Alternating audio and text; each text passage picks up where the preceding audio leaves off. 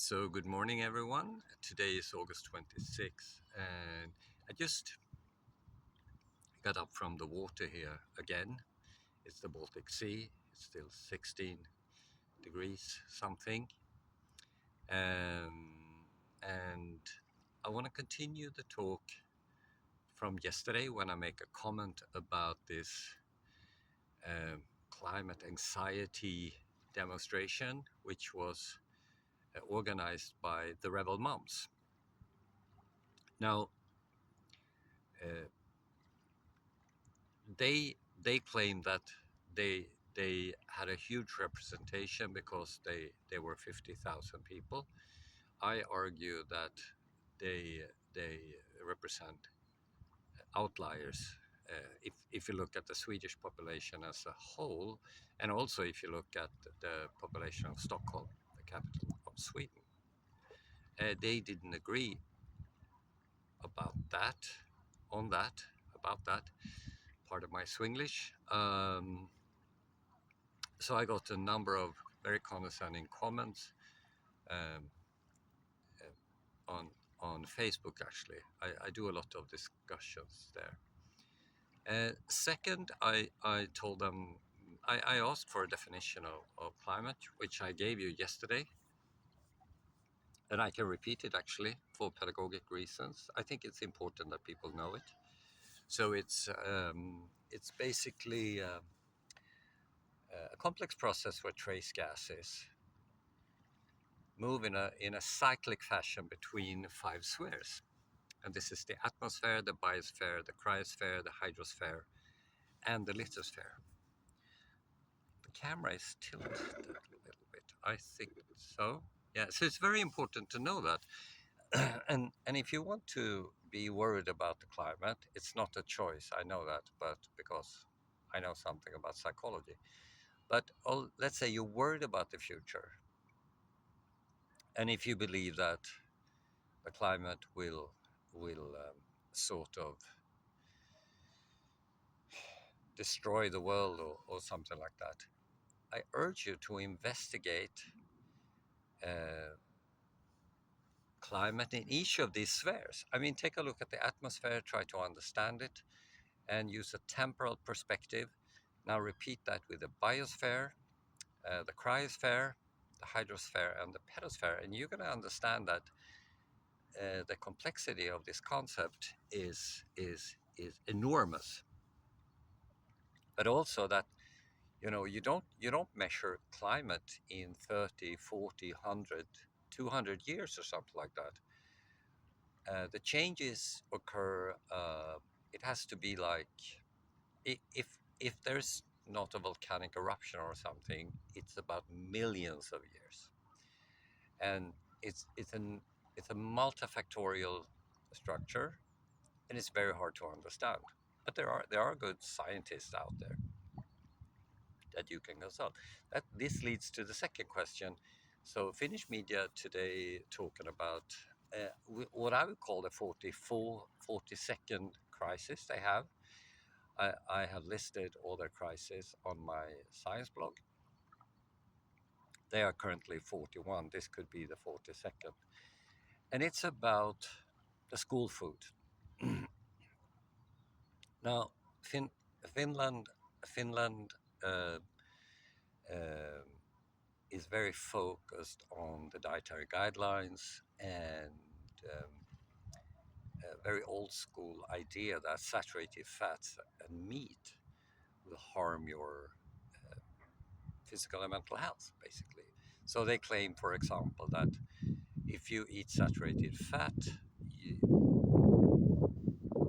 oh, the wind is picking up. If you eat saturated fats, that will increase the risk of contracting cardiovascular disease and stuff like that. And if you eat meat, that will cause colon cancer. Is that true? Well, science is not about truth. Science is about as far as we know. So I looked at the anthropological record, and our ancestors started to eat animal fat and meat over 3 million years ago. And common knowledge in anthropology is that this caused a reduction of the guts and an expansion of their brains. So it seems to be something in animal source food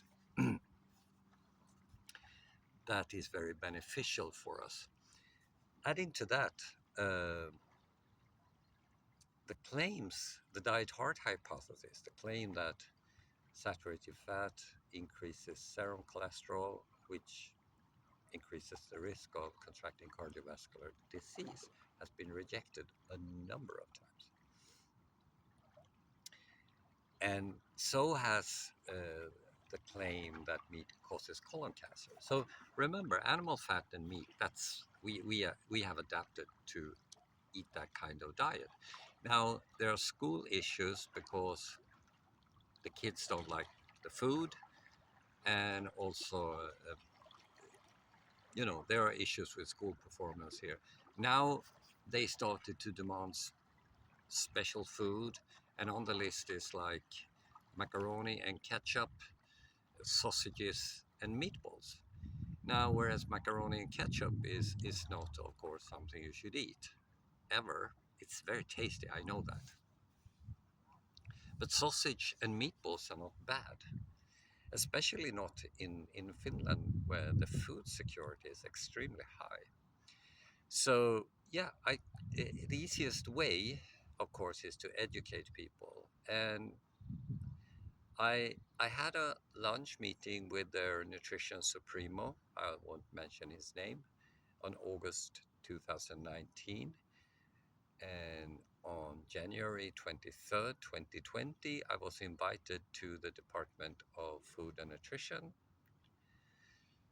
to conduct my speech about food and mental health 6.5 years ago. Then, 2 days after, I had a meeting with Anders Adlercreutz. Now, he's the current chairperson for Swedish Folkpartiet and Minister of Education and Culture. So I gave him the same orientation over a lunch at the Finnish Parliament. Then in November, the chair for the educational board in Helsingfors, Mariana Manninen, invited me to do a presentation about the same. And then in October 2021, I gave the same information to Marcus Rantala, who represents Swedish Folkpartiet in the Helsingfors board, if you like. That's the political people who rule the city. And the year after, in June, I think it was, Ted Uro, who is the managing director for Svenska Folkpartiets think tank Agenda. We had breakfast on his behalf. He paid for it. And I gave him just the same orientation. So the information is on the table, but for some reason, uh, it has not yet been applied. What could possibly go wrong? All right, 8.5 minutes.